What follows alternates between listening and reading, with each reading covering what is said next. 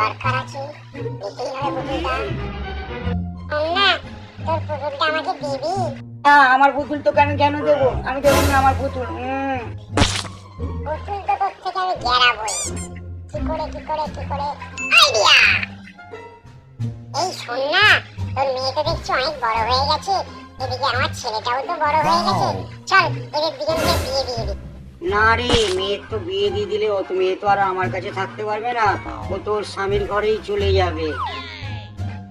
এটাই তো নিয়ম রে। দাঁড়া, আমাকে একটু ভাবতে দে। আচ্ছা আচ্ছা আচ্ছা, আমি রাজি আছি, আমি রাজি আছি।